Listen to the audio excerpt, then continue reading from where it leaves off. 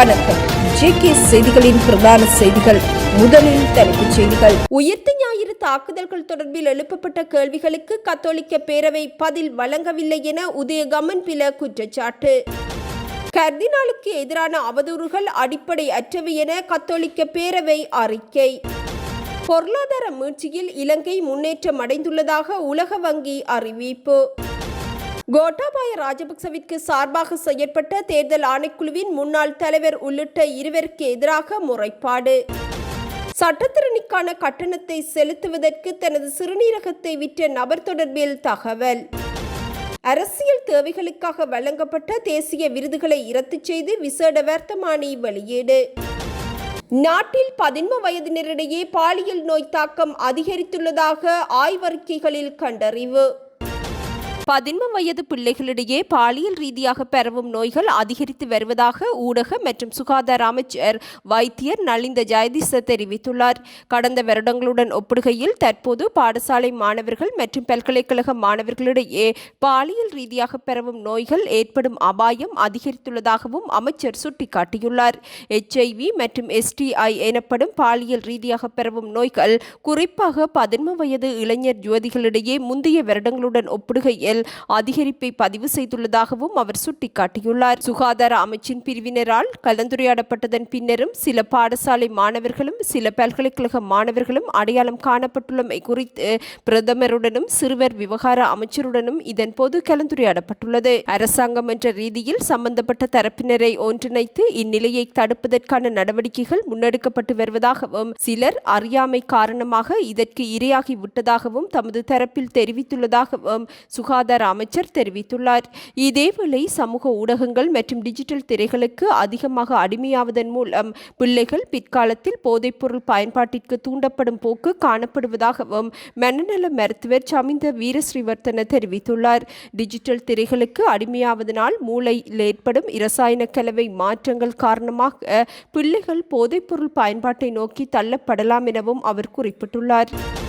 இவ்வாண்டின் அடுத்த 6 மாதங்களுக்கு நீர்க்கட்டணத்தில் எவ்வித திருத்தமும் மேற்கொள்ளப்பட மாட்டாது என வீடமைப்பு நிர்மாணத்துறை மற்றும் நீர்வளங்கள் அமைச்சர் சுசில் ரணசிங்க தெரிவித்துள்ளார். வருடத்தின் முதல் 6 மாதங்களில் நீர் சுத்திகரிப்பு பணிகளுக்காக சபைக்கு பெரும் செலவு ஏற்படவில்லை எனவும் அமைச்சர் குறிப்பிட்டுள்ளார். இதற்கமைய நீர்க்கட்டணத்தை அதிகரிக்க வேண்டிய தேவை ஏற்படவில்லை எனவும் அவர் குறிப்பிட்டுள்ளார். ஆண்டுதோறும் 6 மாதங்களுக்கு ஒருமுறை நீர்க்கட்டண திருத்தம் மேற்கொள்ளப்படுவதுடன் இவ்வாண்டின் முதல் 6 மாதங்களுக்கும் நீர்க்கட்டண திருத்தம் எதனையும் மேற்கொள்ளாதிருக்க அரசாங்கம் நடவடிக்கை எடுத்திருந்தது. ஜூலை 1ஆம் தேதி முதல் டிசம்பர் 31ஆம் தேதி வரையான 6 மாத கால பகுதியில் கட்டண அதிகரிப்பு ஏற்படுமா என்பது குறித்து வீடமைப்பு நிர்மாணத்துறை மற்றும் நீர்வளங்கள் அமைச்சர் சுசில் ரணசிங்கவிடம் வினவிய போதே அவர் இதனை குறிப்பிட்டார். ஒழுங்கமைக்கப்பட்ட குற்றச்செயல்களை கட்டுப்படுத்துவதற்கான பிரத்யேக சட்டம் மூலம் இன்னமும் 2 மாத காலத்திற்குள் வர்த்தமானி அறிவித்தலில் வெளியிடப்படும் என பொதுமக்கள் பாதுகாப்பு மற்றும் நாடாளுமன்ற விவகாரங்கள் பிரதி அமைச்சர் சுனில் வட்டகல தெரிவித்துள்ளார். கொழும்பில் நேற்று நடைபெற்ற நிகழ்வொன்றின் போதே அவர் இதனை குறிப்பிட்டார். பாதாள உலக குழுக்களுக்கு ஆதரவளித்த அரசியல் தரப்பினர் இச்சட்டமூலத்தை எதிர்ப்பதில் ஆச்சரியமில்லை. அரசியல் அனாதிகளாக இருந்தவர்கள் தற்போது சுரேஷ் சாலவின் விவகாரத்தை கையில் எடுத்து அவருக்கு சார்பாக பேசி வருகின்றனர். உயிர்த்த ஞாயிறு பயங்கரவாத தாக்குதல் குறித்த விசாரணைகளில் உறுதிப்படுத்தப்பட்ட தகவல்கள் மற்றும் சாட்சியங்களின் அடிப்படையிலேயே சுரேஷ் சாலே கைது செய்யப்பட்டுள்ளார். சுரேஷ் சாலேவுக்காக போராட்டத்தில் ஈடுபடுபவர்கள் போலியான விவரங்களை கூறாமல் நீதிமன்றத்தை நாட முடியும் எனவும் தமது தரப்பு நியாயங்களை எடுத்துரைத்து நீதியை பெற்றுக்கொள்ள முடியும் எனவும் அவர் தெரிவித்துள்ளார். அத்துடன் பயங்கரவாத தடை சட்டம் இவ்வாண்டிற்குள் முழுமையாக இரத்து செய்யப்படும் என்பதுடன் தற்போது ஒழுங்கமைக்கப்பட்ட குற்றச்செயல்களில் ஈடுபடுபவர்கள் மற்றும் போதைப்பொருள் கடத்தல்காரர்கள் மாத்திரமே பயங்கரவாத தடை சட்டத்தின் கீழ் கைது செய்யப்பட்டு தடுப்பு காவலில் வைக்கப்பட்டுள்ளதாகவும் அவர் குறிப்பிட்டுள்ளார். நாட்டில் பயங்கரவாதம் இல்லாதொழிக்கப்பட்டிருந்தாலும் ஒழுங்கமைக்கப்பட்ட குற்றச்செயல்களும் போதைப்பொருள் வர்த்தகமும் இன்னமும் நீடிக்க செய்கின்றது. இவற்றை கட்டுப்படுத்துவதற்கு முறையான சட்டம் இயற்றப்பட வேண்டியது அவசியமாகும். இதற்கமையவே ஒழுங்கமைக்கப்பட்ட குற்றச்செயல்களை கட்டுப்படுத்துவதற்கான பிரத்யேக சட்டம் மூலம் இன்னமும் 2 மாத காலத்திற்குள் வர்த்தமானியில் வெளியிடப்படும் எனவும் பாதாள உலக குழுக்களை கட்டுப்படுத்தவும் போதைப்பொருள் அச்சுறுத்தலை ஒழிக்கவும் அரசாங்கம் கடுமையான நடவடிக்கைகளை தொடர்ந்து முன்னெடுக்கப்படும் எனவும் பொதுமக்கள் பாதுகாப்பு மற்றும் நாடாளுமன்ற விவகாரங்கள் பிரதி அமைச்சர் சுனில் வட்டகில தெரிவித்துள்ளார். சிறந்த சேவை மற்றும் அர்ப்பணிப்புக்காக முப்படையினருக்கு வழங்கப்படும் விருதுகள் அரசியல் தேவைகளுக்காக பயன்படுத்தப்பட்டமை கண்டறியப்பட்டால் அவற்றை இரத்து செய்வதற்கு நடவடிக்கை எடுக்கப்படும் என அறிவிக்கப்பட்டுள்ளது. முப்படைகளின் பல்வேறு பதவிகளை வகிக்கும் உறுப்பினர்கள் நாட்டிற்காக செய்த அர்ப்பணிப்புகளை பாராட்டி வழங்கப்படும் விருதுகள் கடந்த காலங்களில் துஷ்பிரயோகம் செய்யப்பட்டுள்ளன. அரசியல்வாதிகள், தொழில் அதிபர்கள் என அடையாளம் காணப்பட்ட நபர்கள் மற்றும் மத குருமார்களில் தெரிவு செய்யப்பட்ட ஒரு சில தரப்பினர் என அரசியல் தேவைகளின் அடிப்படையில் வழங்கப்பட்ட இவ்வாறான பாராட்டு விருதுகளை இரத்து செய்வதற்கு ஜனாதிபதி அனுரகுமார திசாநாயக்க நடவடிக்கை எடுத்துள்ளார். இது தொடர்பாக 2026 ஜூன் 23 அதிவிசேட வர்த்தமானி அறிவித்தல் ஒன்று வெளியிடப்பட்டுள்ளதுடன் இனிவரும் காலங்களில் சேவாபிமானி போன்ற பாராட்டு விருதுகளை வழங்குவது முப்படைகளுக்கு மாத்திரம் மட்டுப்படுத்தப்பட்டுள்ளதாகவும் அறிவிக்கப்பட்டுள்ளது. சகோதரரின் கொலை குற்றச்சாட்டு வழக்கினை வாதாடுவதற்காக பணம் இல்லாத நபரொருவர் தனது சிறுநீரகத்தை விற்று சட்டத்தரணிக்கான கட்டணம் செலுத்திய சம்பவம் தொடர்பிலான தகவல் வெளியாகியுள்ளன.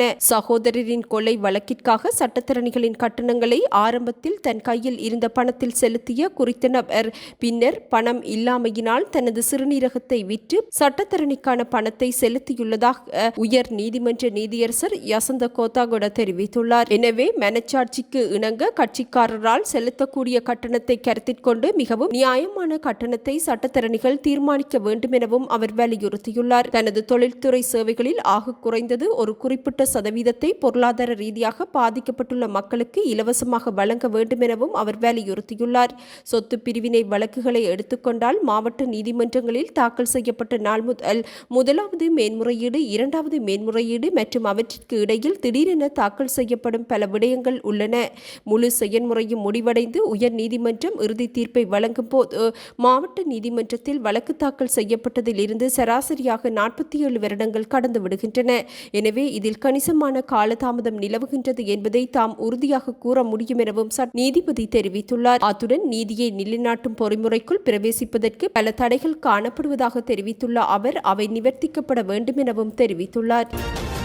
முன்னாள் ஜனாதிபதி கோட்டாபய ராஜபக்சவிற்கு சார்பாக தமது பதவிகளை துஷ்பிரயோகம் செய்துள்ளதாக ஜனாதிபதி சட்டத்தரணி மற்றும் முன்னாள் தேர்தல் ஆணைக்குழுவின் தலைவர் ஆகியோருக்கு எதிராக லஞ்ச ஊழல் விசாரணை ஆணைக்குழுவில் சில சான்று ஆதாரங்களுடன் முறைப்பாடு ஒன்று முன்வைக்கப்பட்டுள்ளது. குறித்த முறைப்பாடு ஜனாதிபதி சட்டத்தரணி அலி சஃப்ரி, முன்னாள் தேர்தல்கள் ஆணைக்குழுவின் பணிப்பாளர் மஹிந்த தேசப்பிரியவிற்கு எதிராக செய்யப்பட்டுள்ளதாகவும் சுட்டிக்காட்டப்பட்டுள்ளது.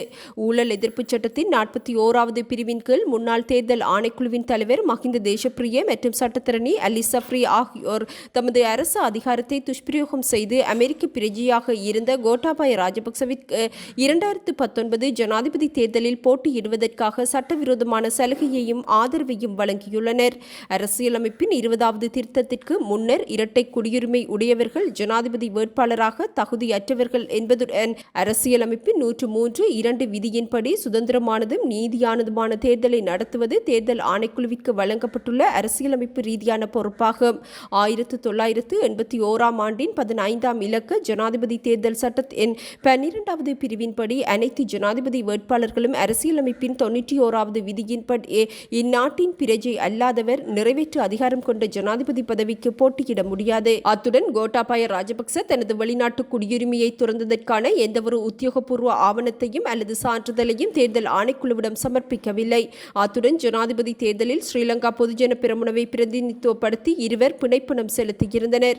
ஒருவர் அன்றைய நாடாளுமன்ற உறுப்பினர் சமல் ராஜபக்ச, மற்றையவர் அவரது சகோதரரான கோட்டாபய ராஜபக்ச. தேர்தல் ஆணைக்குழுவின் உறுப்பினர்களில் ஒருவரான பேராசிரியர் ரத்னஜீவன் ஹூல் 2 சத்திய கடதாசிகள் மூலம் கோட்டாபய ராஜபக்ச ஜனாதிபதி தேர்தலில் போட்டியிடும் போது அவர் அமெரிக்க குடியுரிமையை திறந்ததற்கான எந்தவொரு ஏற்றுக்கொள்ளத்தக்க ஆவணத்தையும் தேர்தல் ஆணைக்குழுவிடம் சமர்ப்பிக்கவில்லை என்பதை உறுதிப்படுத்தியுள்ளார். இந்த 2 சத்திய கடதாசிகளும் இம்முறைப்பாட்டுடன் இணைக்கப்பட்டுள்ளதாகவும் அடுத்து ஜனாதிபதி சட்டத்தரணி அலி சஃப்ரி ஒரு சத்திய கடதாசியை சமர்ப்பித்துள்ளதாகவும் அறிவிக்கப்பட்டுள்ளது. இதன் உண்மைத்தன்மையை உறுதிப்படுத்திக் கொள்ளாது தேர்தல் ஆணைக்குழு கோட்டாபய ராஜபக்சவின் வேட்புமனுவை ஏற்றுக்கொண்டுள்ளதாக முறைப்பாட்டாளர் தனது முறைப்பாட்டில் குறிப்பிட்டுள்ளார். 2019 நவம்பர் 16 நடைபெற்ற ஜனாதிபதி தேர்தலின் பின்னர் ராஜபக்சவின் அமெரிக்க குடியுரிமை ரத்து செய்யப்பட்டுள்ளது. அமெரிக்க ராஜாங்க திணைக்களத்தின் பெடரல் ரெஜிஸ்டர் மூலம் 2020 ஆண்டில் முதல் காலாண்டு பகுதியிலேயே உறுதிப்படுத்தப்பட்டுள்ளதாகவும் 2019 ஜனாதிபதி தேர்தலின் போது கோட்டாபய ராஜபக்சவின் அமெரிக்க குடியுரிமை நீக்கப்பட்டிருக்கவில்லை என்பது முறைப்பாட்டில் சுட்டிக்காட்டப்பட்டுள்ளது. ஈஸ்டர் ஞாயிறு பயங்கரவாத தாக்குதல்களால் பாதிக்கப்பட்டவர்களுக்கான நீதியையும் உண்மையையும் நிலைநாட்ட கொழும்பு மறைமாவட்ட பேராயர் மெல்கம் கர்தினால் ரஞ்சித் ஆண்டகை எடுக்கும் முயற்சிகளுக்கு இலங்கை கத்தோலிக்க ஆயர்கள் பேரவை தனது ஏகோபித்த ஆதரவை வெளியிட்டுள்ளது. சமூக ஊடகங்கள் வாயிலாக கர்தினாலுக்கும் ஏனைய அருட்தந்தையர்களுக்கும் எதிராக பரப்பப்படும் அவதூறான கருத்துக்களை வன்மையாக கண்டித்து பேரவை விடுத்துள்ள ஊடக அறிக்கையில் இதனை குறிப்பிட்டுள்ளது. ஈஸ்டர் தாக்குதலை பயன்படுத்தி கர்தினால் தனது பதவிக்காலத்தை நீடிக்க முயல்வதாக கூறப்படும் பிரசாரம் முற்றிலும் பொய்யானது என்பதுடன் பொதுமக்களை திசை திருப்பும் அற்பத்தனமான முயற்சியாகும். கத்தோலிக்க திருச்சபை சட்டத்தின்படி ஆயர் ஒருவர் 75 வயதை எட்டும் போது தனது ஓய்வு கடிதத்தை திருத்தந்தைக்கு சமர்ப்பிக்க வேண்டும். எனினும் அந்த ஓய்வை ஏற்றுக்கொள்வது அல்லது பதவிக்காலத்தை நீடிப்பதுமான முழு அதிகாரம் திருத்தந்தைக்கு மாத்திரமே உரியதாகும்.